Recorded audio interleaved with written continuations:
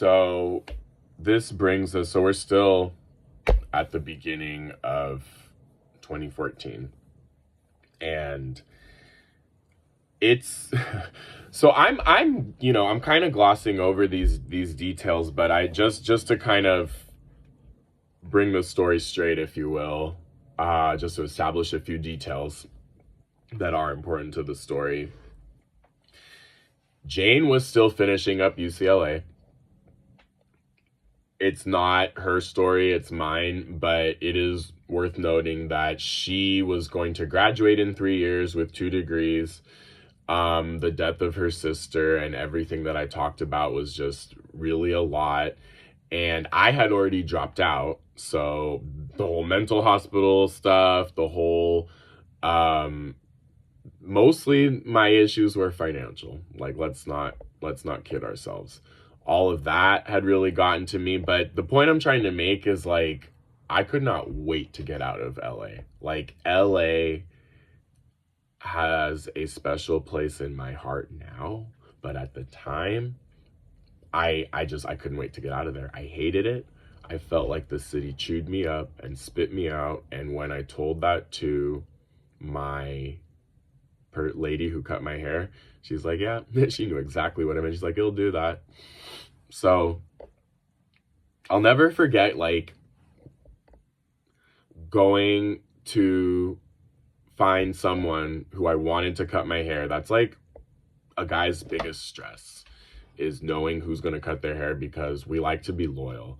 And I'll never forget, I found her, and it turns out she also owned a pet care business. And so I remember, like, I had her for over a year, and I would, like, tell her how my business was going. A couple times I ran into her on the street, like, with the pack. That was nice, having her, like, chatting her up every time I went to get my hair cut. But for my birthday that year, like, I don't know if I've talked about this, but I don't really like making a big deal of my birthday, at least not in the traditional way. I like to do my own thing, and I don't really like to be wished a happy birthday. I don't care that it's weird. It's my business. It's my thing.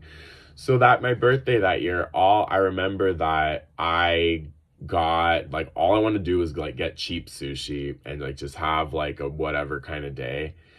And I remember Jane, like, berating me that I didn't want to do something more, and, like, how depressing this was and whatever. But, like, I was also very depressed. And I remember, like, a couple times we were, like, walking. I have these memories of us, like, walking the streets of Los Angeles, either, like, walking the dogs that I was taking care of, or us walking together and then, like, getting into fights in the middle of the street.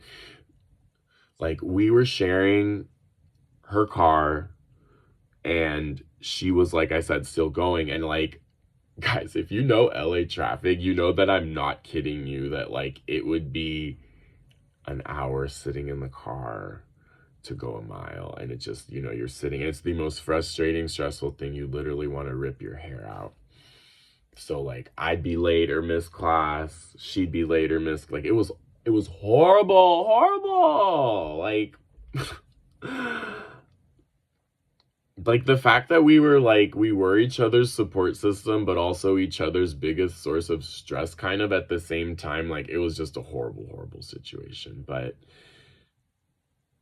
at the same time, we had also talked about, future consistently, and about the kids we raised and the family we wanted and all this, my first love, my first serious love.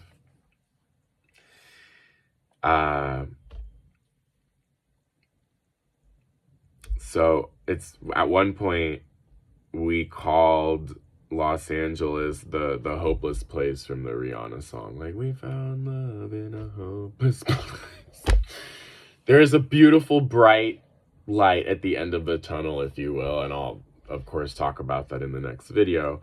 But very soon, news came of where I was going to be attending college, because I was pretty much going to, like, determine things. And I'll talk more about those details, of course, in the next video, and it's no secret where this goes. But yeah, yeah. So I was not in Los Angeles for much longer, right? I was in LA a total of 3 years, my first 2 years of school, and then that entire year after I was out of school. And then I moved not very far away. Talk more about that. Boom. Next video.